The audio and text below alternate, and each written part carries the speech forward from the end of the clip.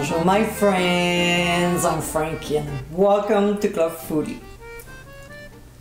When you go to an Asian supermarket, it is incredible to see the wide variety of different noodles. There's chow mein, udon, ramen, vermicelli, shirataki, rice pepper, and many more. In the wheat noodles category, there's one I like cooking with, and here it is. In today's episode, I'll show you how to make my Japanese chicken soba noodles.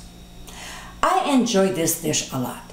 It is so quick to make and the flavors are amazing. The cooking method for the buckwheat noodles isn't obvious, but you see how it's done in this video. So my friends, let's get cooking. Let's start by prepping the ingredients.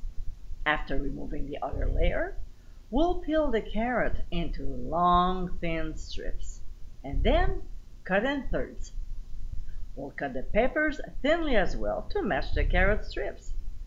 Same thing with the purple cabbage. After thinly slicing it, we'll separate it and cut in half so it matches the same length as the other vegetables. And of course, we'll do the same with the red onion. Alright, so now let's take care of the soba noodles, which are definitely different from others. We don't cook them like regular noodles. No. First, never put salt in the water. Second, when the water is boiling, do not overcrowd the pot. They need their space. Third, do not overcook them. The noodles have to be al dente. When time is up, which mine took only 3 minutes, we'll remove from the heat and drain them in a colander. Then we'll transfer the noodles immediately in very cold water. And finally, we'll swirl them around for a little while.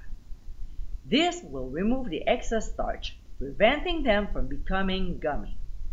So we'll leave them in while we start cooking. In a large saucepan over medium-high heat, we'll add canola oil and sesame oil. When it gets very hot but not smoking, we'll add chicken pieces and saute until no longer pink, seasoning them generously with ground sea salt and freshly ground black pepper. When it's cooked, using a slaughter spoon, we'll quickly transfer the pieces to a bowl and set aside. Back to the saucepan. We'll reduce the heat to medium and add onions, red peppers, carrots, and purple cabbage. We'll saute the ingredients until just soft, about 3 to 4 minutes. We want some crispiness left in them. Now, back to the noodles. After leaving them in the water, we'll drain them again and transfer to a bowl of very hot water. Not boiling, okay? If we were using them in a cold salad or even in soup, we would have skipped this step. But in this dish, we want our noodles pretty warm.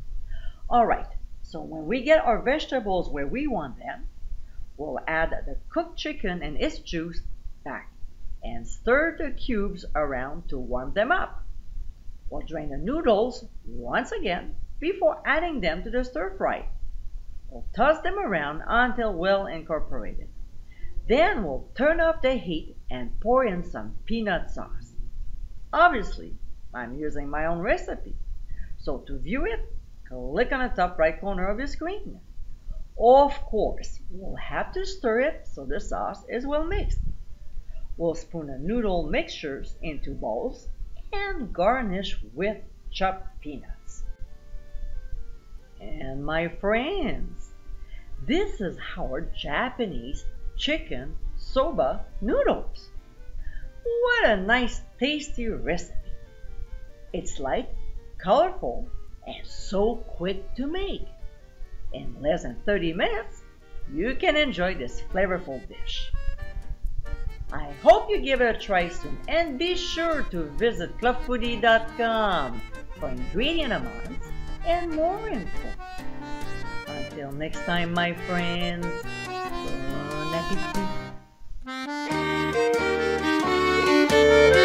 bon appétit!